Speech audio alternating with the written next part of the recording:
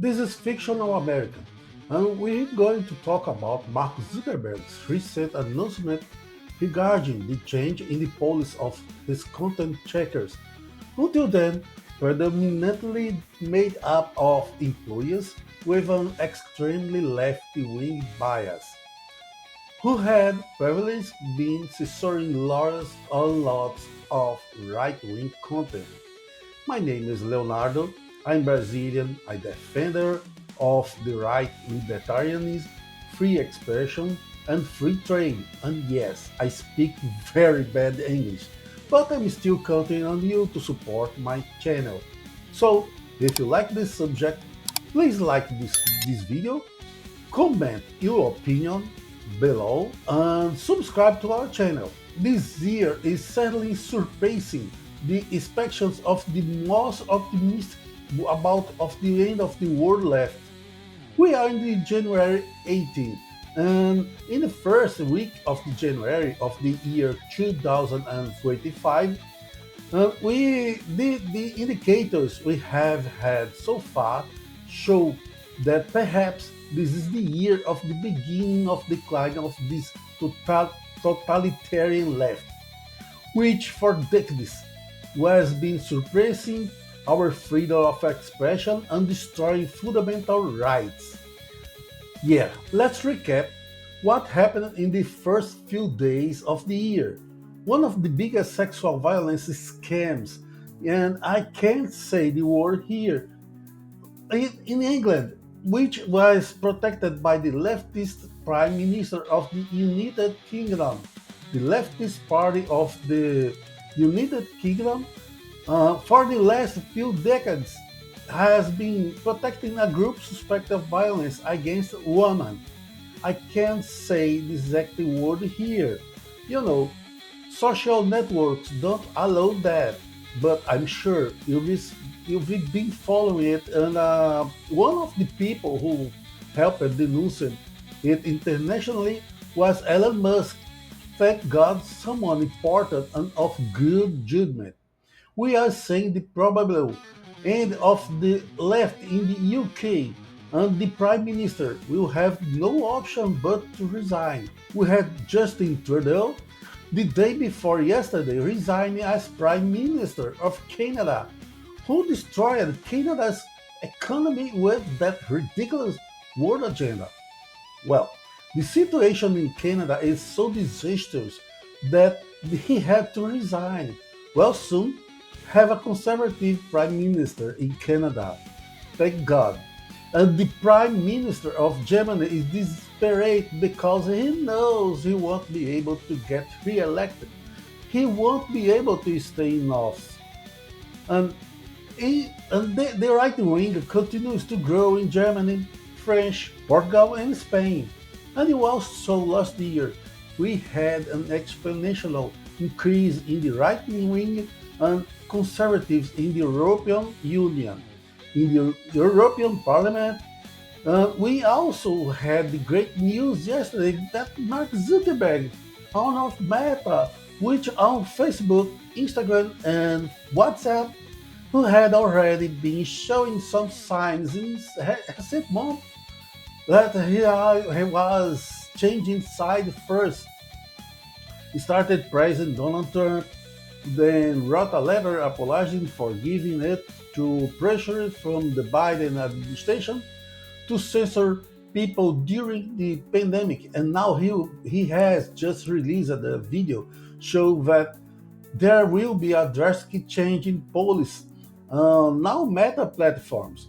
So Facebook, Instagram, and WhatsApp. We talk about billions and billions of people who use this platform every day to communicate, to express their opinions, to consume content. And basically, he's officially saying goodbye to the woke culture. On the extreme left, defending freedom of expression, doing away with fact checkers, who we all know are fact checkers. They just militant leftists suppressing diverse opinion and canceling the profiles of conservatives, of Christians. But the most important thing I found was a video he recorded of about 6 minutes where he shows the 5 point he's going to make, where he's going to defend freedom of expression. He's no longer going to censor the civic debate, which is actually the political debate. He's going to move his entire team of fact checkers from California to Texas. Know that California is the most left wing state in the United States. But he said something that really caught my attention. He talked about international governments, Europe and Latin America that work to censor to end of the freedom of expression of their population. And during this speaking, he mentions secret codes in Latin America. Oh, that are the content to be taken down secretly. Okay, I ask you, do you think this secret code what would be? Think about it.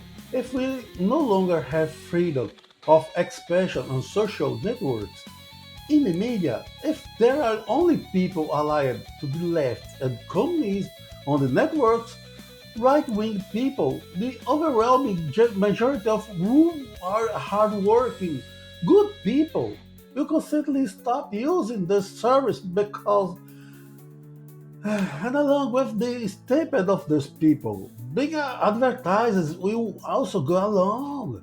And then the question remains, is it worth serving just one political bias?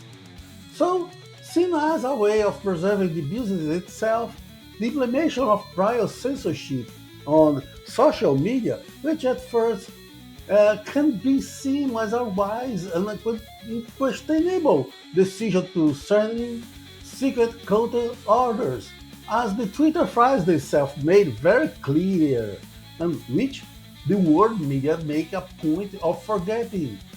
The medium term could prove to be a shot in the foot, barring once and for all the very business that prevails, first and foremost, on the principle that anyone can talk about whatever they want. I'm not saying that we can therefore be held responsible for slander and defamation. Far from that. After all, have you slandered someone, blamed someone, hurt someone, done virtual bullying? Yes, I believe that the person should pay. Okay, alright. As long as they are judged like any other crime. That's it. Drug normal channels with the right to a full defense.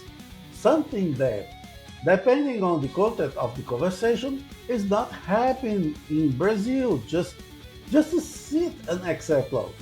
Zuckerberg with this company Meta was one of the great international obstacles to us being able to express our opinions on his networks. But now, aligning himself with Donald Trump to defend international freedom of expression means a big step. However, of course, with the support of Elon Musk with your ex. Even here in Brazil, where we are being deprived of alternatives to vent, complain, and point out the errors of our government, we all have social networks to turn to. So I can only be happy with the news. There really does seem to be a light at the end of the tunnel, and we can only thank God first, and Trump and Elon Musk second. This year, the right is going, and France will keep an eye on our neighbors Argentina, which is putting on a real show of the democracy and the free market, as well as a reduction in the state and upturn in the economy that hasn't been seen on that country for a long time. And soon, finally, it will be time for Brazil. From here, I believe it will be difficult if in town they have a tool, they have artillery in their favor. It will be very difficult for them to contain this awakening of common sense and reasonableness, this awakening of logical reasoning returned to reign in world and Brazilian political debate. I hope that we can also achieve the same thing with Venezuela and Cuba. Although I personally have no idea how we can overthrow the totalitarian regime of these two countries, which keeps in the inhabitants in the purest misery. But I have faith in God that He will be able to help our brothers and sisters. All that's left now is for the people at Google. Well, that's just my opinion. Now, I'd like to hear yours. So please comment below with your opinion on the news. Do you like the decision? Are you excited? Do you agree with me or not? Take the opportunity to subscribe to our channel, share this video with your libertarian friend, or if you want to annoy someone, send it to a progressive. Let him swear at me in the comments and leave your like. I stop here and see you in the next video. Hugs!